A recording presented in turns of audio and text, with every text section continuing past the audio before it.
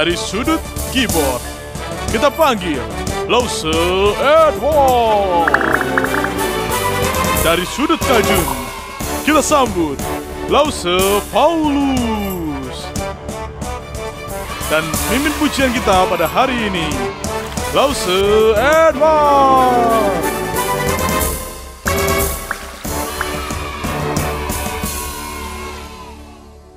Shalom adik-adik semuanya. Bersyukur sekali hari ini kita bisa berkumpul untuk beribadah bersama.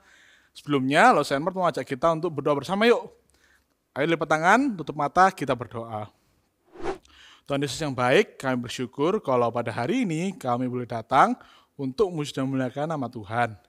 Karena Tuhan disenangkan atas puji-pujian kami, dan kiranya kami dapat bersungguh-sungguh untuk taat mendengar firman Tuhan, dan sama-sama memuji dan memuliakan nama Tuhan dengan baik. Terima kasih Tuhan, dalam nama Tuhan Yesus kami berdoa bersyukur. Amin. Nah, senang sekali kalau hari ini kita bisa bersama-sama datang untuk memuji dan memuliakan nama Tuhan. Yuk kita naikkan satu pujian, segala puji syukur. Karena kita tahu hanya Tuhan yang layak dipuji dan disembah. Yuk sama-sama kita maju diri. Segala puji syukur hanya bagimu Tuhan. Sebab kau yang layak dipuja. Kami mau bersorak, tinggikan namamu.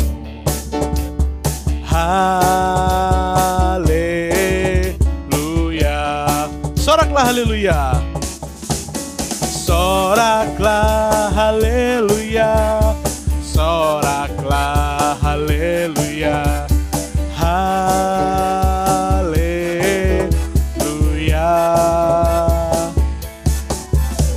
Soraklah haleluya. Soraklah haleluya. Haleluya. Kita ujian dari awal ya. Segala puji syukur hanya bagimu Tuhan. Sebab kau yang layak dipuja. Kami mau bersorak, tinggikan namamu. Haleluya. Soraklah haleluya. Soraklah haleluya. Soraklah haleluya. Haleluya.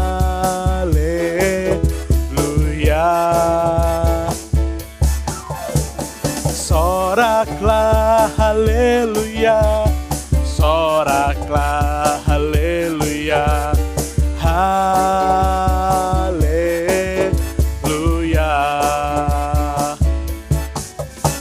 Soraklah haleluya.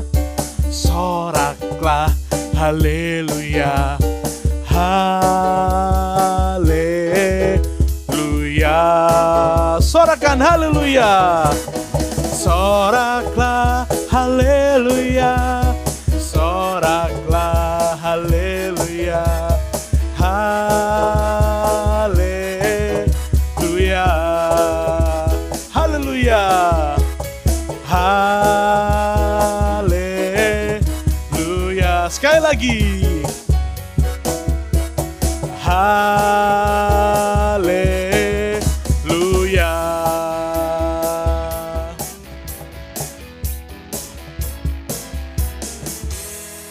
Puji nama Tuhan.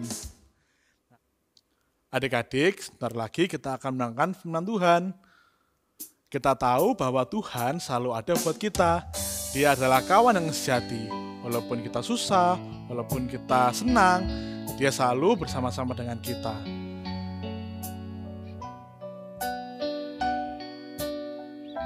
Yuk sama-sama kita katakan, Yesus kawan yang sejati.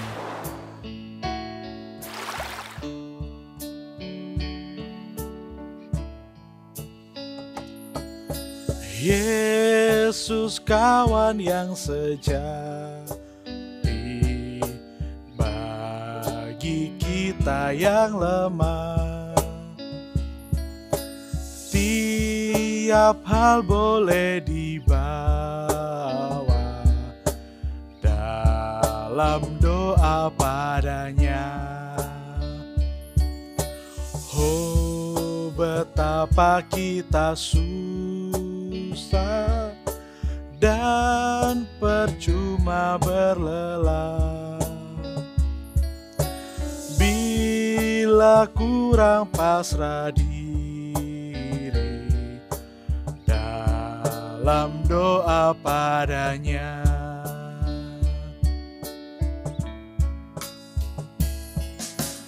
Adakah hatimu syarat, jiwa ragamu lelah?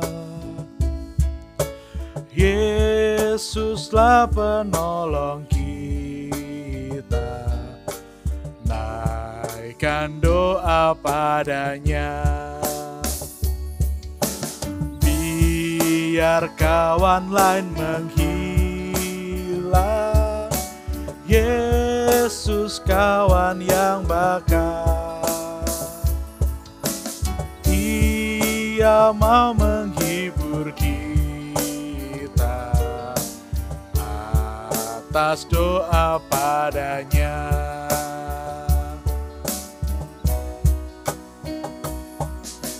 Yesus kawan yang sejati bagi kita yang lemah. Tiap hal boleh dibawa dalam doa padanya. Oh, betapa kita susah dan percuma berlelah bila kurang pasrah diri dalam doa padanya.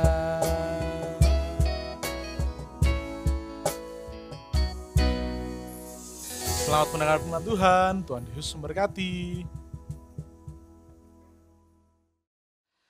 Shalom adik-adik yang terkasih, selamat pagi. Ya, hari ini kita kembali lagi mau mendengarkan firman Tuhan. Namun sebelumnya kita mau berdoa terlebih dahulu, kita berdoa. Bapa dalam surga, pada pagi hari ini Tuhan kami mengucap syukur karena kami boleh kembali lagi untuk mendengarkan firman Tuhan. Kiranya Tuhan menolong kami supaya kami dapat fokus untuk mendengarkan firman-Mu dan kami juga dapat melakukannya dalam kehidupan kami. Terima kasih Tuhan, inilah doa kami. Di dalam nama Tuhan Yesus Kristus kami sudah berdoa.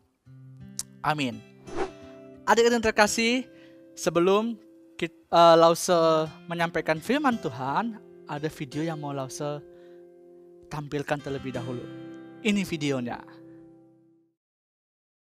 Welcome back to my channel, Devina Hermawan. Hari ini kita akan bikin mie setan. Nah, sebenarnya aku juga kurang paham mie setan itu apa, tapi banyak yang request, jadi aku cari tahu. Ternyata mie setan itu sebenarnya mie yang pedes banget gitu kan. Nah, tapi sebenarnya gini, kalau kita mau bikin mie yang pedes banget, jangan lupa juga selain pedes juga tetap aroma lainnya tuh nggak ada juga. Jadi kayak pedes doang gitu kan nggak enak ya. Dan supaya makin praktis hari ini mie setannya aku akan bikin menggunakan mie instan goreng. Nah, cuman kalau misalnya kalian pakai mie biasa, maksudnya mie kering yang belum ada bumbunya bisa banget. Ini aku akan sebutkan semuanya ya, 2 opsi. Oke, kalau gitu, yang pertama kita akan membutuhkan mie instan. Di sini aku akan bikin 3. Kalau kalian mau pakai 2, nanti dibagi rata aja gitu ya si bahan-bahannya. Terus telur juga di sini pakai 2. Nah, terus ini untuk bumbu-bumbunya, di sini kita akan perlu bawang putih, cabai rawit ya yang banyak, daun bawang. Buat yang suka daun jeruk bisa banget ditambahin, tinggal diiris halus. Cabai bubuk, saus tiram, minyak goreng, ini opsional minyak wijen, kaldu ayam. In this case aku pakai bumbu dari mie instannya, ini aku pakai Indomie goreng. Cuman kalau misalnya kalian nggak pakai mie instan, kalian ganti aja pakai kaldu ayam bubuk ya, itu juga bisa. Nah, yang terakhir ini kan kita dapat nih minyak dari mie instan biasanya. Nah ini tuh dia udah wangi banget bawang-bawangan. Kalau tadi kita pakai minyak polos, kita kan tambahin bawang putih dan juga daun bawang. Nah kalau kita pakai minyak ini sebenarnya nggak terlalu perlu gitu. Cuman kalau mau tambahin dikit biar lebih spesial nggak apa-apa. Kayak hari ini aku mau gabung aja. Oke, langsung aja. Ini yang pertama, kita akan panaskan air untuk merebus mie sambil kita cincang daun bawang, cabai rawit dan juga bawang putihnya ya.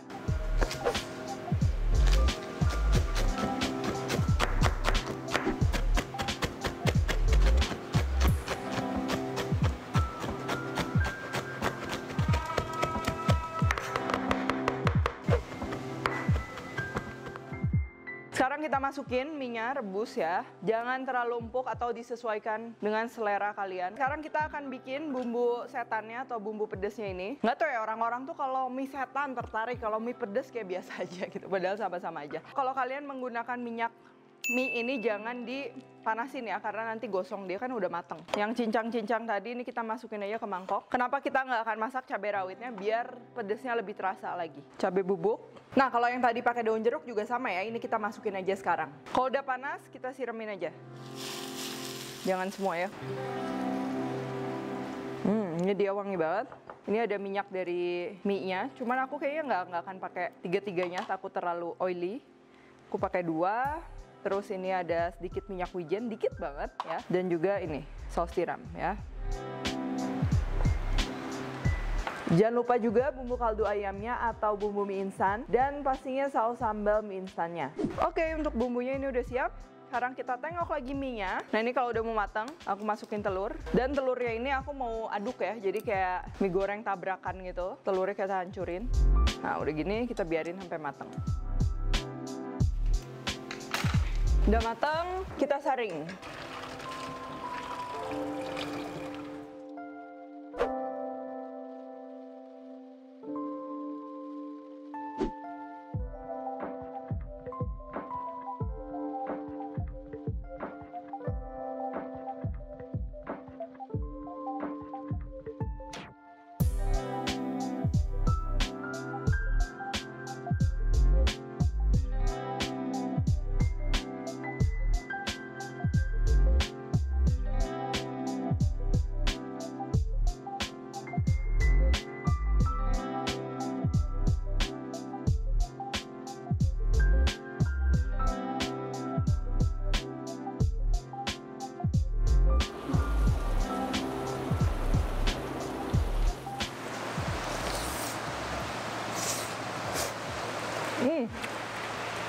Gurih, pedas, dan pas banget. Ini tadi begitu beres masak langsung hujan. Jadi ini pas banget nih makan yang kayak gini. Pedas, tapi masih bisa lebih pedas dari ini kalau bener-bener mau jadi mie setan. Tapi kan balik lagi tuh sesuai selera ya. Kalau ini tuh masih kemakan. Kadang kalau terlalu pedas kita sampai nggak bisa nikmatin gitu.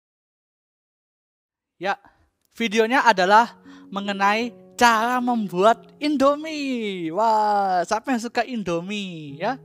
Indomie itu makanan sejuta umat ya. Sangat disukai oleh berbagai kalangan. Laosa juga sangat suka dengan Indomie. Tadi lihat ya, cara memasak Indomie itu ya. Yang paling penting tuh ada mie-nya, lalu ada wajannya, lalu kita harus panaskan airnya, lalu kita masukkan Indominya, lalu kita harus masak, dan lain sebagainya. Jadi kita perlu mempersiapkan alat dan bahannya sebelum kita mau memakan Indomie goreng. Wow, pasti enak Indomie goreng ya. Adik-adik yang terkasih, pada pelajaran hari ini kita akan mau mempelajari bagaimana instruksi ataupun perintah Allah yang Allah berikan kepada Musa untuk dikerjakan. Yang Allah berikan juga kepada orang Israel untuk orang Israel lakukan. Allah memberikan kepada Musa arahan yang sangat detail untuk apa? Untuk membangun kemah suci di padang gurun.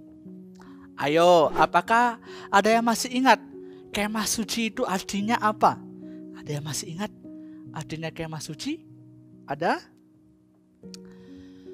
Ya, kemah suci itu artinya tempat berdiam, tempat tinggal, tempat kudus. Tempat itu seperti rumah Tuhan dan tampak seperti kemah yang besar. Bagaimana semuanya ini bisa terjadi dan seperti apa bentuknya kemah suci itu? Ayo kita cari tahu dalam firman Tuhan pada pagi hari ini. Nah, adik-adik, kalau kalian mau bangun sebuah rumah atau bangun sebuah gereja yang besar atau mau bangun yang lainnya, itu kita membutuhkan apa? Banyak pekerja. Selain membutuhkan banyak bahan, kita juga butuh orang yang melakukannya, yang mempekerjakannya, ataupun orang yang mengerjakan ataupun yang mengolah bahan itu supaya rumah itu jadi, supaya gereja itu jadi, supaya bangunan itu jadi. Nah, pekerja yang seperti apa yang kita butuhkan untuk membangun rumah, gereja, sekolah, atau yang lain sebagainya? Yang pertama kita butuh tukang kayu. Lalu ada juga tukang batu, atau juga ada namanya tukang cat. Banyak tukang yang perlu kita datangkan supaya bisa membangun sebuah rumah, gereja, sekolah, ataupun yang lainnya. Nah, adik-adik yang terkasih, sewaktu Allah memberikan Musa instruksi untuk membangun kemah suci, banyak pekerja yang dibutuhkan. Pekerja jenis apa yang kita perlukan untuk membuat sebuah kemah besar yang mudah dipindah-pindahkan dengan panjangnya 45 meter dan lebarnya 22 meter. Waduh, itu besar sekali, gede sekali. Jadi kita butuh pekerja seperti apa? Ada tukang kayu, kita juga butuh apa? Ada penenun, ada pemintal, dan lain sebagainya. Banyak jenis keahlian yang dibutuhkan untuk apa? Membangun ataupun untuk membuat kemah suci dan seluruh perabotannya. Pada waktu itu, Bezalel adalah seorang pemimpin yang Allah tunjuk dalam pembangunan kemah suci. Dalam kitab Keluaran pasal 36 ayat 1 dikatakan juga bahwa Tuhan memberikan penolong bagi Bezalel yang namanya ialah Aholiab. Nah, jadi Aholiab dan Bezalel tadi itu Tuhan memberikan kepada mereka berdua itu kemampuan untuk apa? Mengerjakan segala pekerjaan pembangunan kemah suci. Lalu saya mau bertanya, apakah adik-adik masih ingat pelajaran yang minggu lalu? Ada yang masih ingat mengenai apa? Pelajaran minggu lalu? Yaitu apa? Apa saja persembahan yang dibawa oleh orang Israel untuk apa? Pembangunan kemah suci. Ayo, ada masih ingat apa saja yang dibawa oleh bangsa Israel untuk pembangunan kemah suci? Ada emas, ada perak, ada tembaga, ada kain ungu tua, ada kain ungu muda, kirmizi, dan lain sebagainya. Tahu nggak adik-adik? Orang Israel itu memberikan emasnya, memberikan peraknya, memberikan kainnya itu dengan rela hati dari harta milik mereka. Pada hari ini kita akan melihat tirai kemah suci, melihat juga tabut, meja roti sajian, kandil, dan mezbah ukupan. Minggu depan kita akan melihat perabotan, perkakas, dan yang lainnya, dan tempat semuanya yang diletakkan di kemah suci. Kadangkala Alkitab menyebutnya sebagai kemah pertemuan atau hanya kemah suci. Akan tetapi kita mau menyebutnya sebagai kemah pertemuan. Ya, kemah pertemuan. Bagian kemah tersebut ditutupi 4 lapisan berbeda yang disebut sebagai tenda. Dari pembangunan tersebut, ya, dari pembangunan kemah itu terdapat sesuatu hal yang menarik loh. Dari pembangunan kemah yang begitu besar, yang begitu detail, yang begitu banyak membutuhkan banyak pekerjanya, yang membutuhkan banyak bahan itu, ada fakta ataupun ada sesuatu yang menarik. Yaitu apa? Allah itu kreatif. Allah itu menciptakan dan mencintai keindahan. Wah, Allah itu sangat hebat dan sangat mengagumkan. Dia membangun menjadi seorang arsitektur kemah suci yang begitu bagus kemahnya. Wah, hebat ya Allah kita ya. Dia membangun kemah yang begitu besar, yang begitu bagus. Kemudian Allah memberitahukan Musa untuk membuat tabut perjanjian. Tabut tersebut berbeda dari yang Nuh buat sebelum air bah menghancurkan bumi. Berbeda ya adik-adik. Selanjutnya, perabotan lainnya yang Allah perintahkan untuk kemah pertemuan adalah meja khusus. Meja tersebut dibuat dengan kayu penaga dan dilapisi emas. Dan Allah menyuruh Musa untuk membuang bingkai di sekitar meja. Wah, adik-adik pernah lihat meja yang dilapisi emas enggak ya? Lausa belum pernah lihat loh. Tapi kalau meja dilapisi emas, wah, itu bagus sekali pasti. Pasti indah sekali. Wah, betapa Allah kita itu adalah Allah yang mengagumkan. Dia sampai menyuruh Musa dan orang Israel sampai sedetail itu indahnya perabotan yang ada di kemah suci. Kemudian Allah memberikan instruksi untuk membuat tongkat lampu yang disebut kandil. Untuk membuat kandil yang besar dibutuhkan 30 kg emas. Waduh, banyak emas ternyata. Semuanya tuh serba emas loh. 30 kg emas. Banyak sekali adik-adik.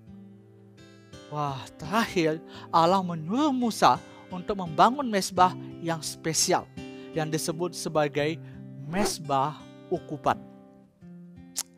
Dengan demikian, Allah ingin orang Israel membangun kemah khusus dan memberikan instruksi yang sangat detail di tiap bagian untuk membangun kemah suci.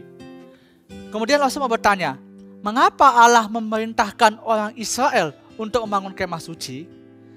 Ingat ya, kemah suci itu menunjukkan kepada kita bahwa Allah berdiam diri di antara umatnya dan menyediakan cara kepada umatnya untuk menyembah Dia. Dengan demikian, pada saat ini gereja adalah menjadi tempat ya, gereja kita ini adalah menjadi tempat untuk kita datang dan menyembah Tuhan. Akan tetapi, dikarenakan pada saat ini seluruh negara ya terserang virus COVID-19, mengharuskan kita untuk menyembah Tuhan, memuji Tuhan, berdoa kepada Tuhan, mendengarkan firman Tuhan dari rumah saja. Namun jangan sampai hal tersebut membuat kita menjadi patah semangat untuk menyembah dan memuji Tuhan. Kita harus tetap semangat menyembah dan memuji Tuhan apapun kondisinya pada saat ini. Sebelum Lausa mengakhiri firman Tuhan pada pagi hari ini, ada ayat hafalan dari kitab Keluaran pasal 25 ayat ke-8. Kitab Keluaran pasal 25 ayat yang ke-8. Dan mereka harus membuat tempat kudus bagiku, supaya aku akan diam di tengah-tengah mereka. Dengan demikian, pada saat ini juga Allah hadir di rumah adik-adik sekalian. Allah Maha Hadir. Jikalau Allah hadir, maka hendaklah kita menunjukkan sikap yang sopan pada saat beribadah kepada Tuhan. Karena Allah itu hadir di rumah kita, Allah juga hadir di gereja, Allah hadir di segala tempat. Karena Allah itu Maha Hadir. Allah bukan di mana-mana, tetapi Allah itu Maha Hadir.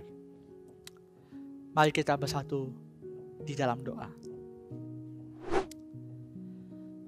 Bapa dalam surga, pada pagi hari ini Tuhan kami telah mendengarkan firman-Mu, di mana kami melihat dan kami mempelajari bahwa Engkaulah Tuhan yang begitu mengagumkan, Tuhan yang begitu indah, yang membangun kemah suci yang begitu detail, sehingga kemah suci dapat dibangun dengan begitu bagus, megah dan mewah. Sungguh Engkaulah Allah yang tidak dapat tertandingi oleh apapun. Dan biarlah Tuhan, kami juga semakin terus mencintai Tuhan, semakin terus juga mencintai gereja Tuhan. Terima kasih ya Bapa, inilah doa kami yang kami naikkan kepadamu. Di dalam nama Tuhan Yesus Kristus kami sudah berdoa. Amin. Adik-adik, kita sudah mendengarkan cerita firman Tuhan. Sekarang waktunya bagi kita untuk memberikan persembahan. Persembahan bisa ditransfer ke rekening GKA Gloria Pacar atau scan QRIS berikut ini.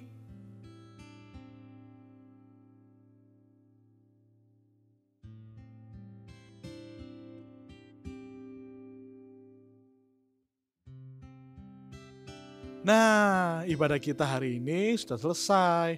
Tapi jangan lupa ya untuk share link video ini ke teman-teman ataupun saudara kalian yang belum beribadah supaya mereka juga mendapatkan berkat dari Tuhan. Happy Sunday, God bless you, and bye-bye.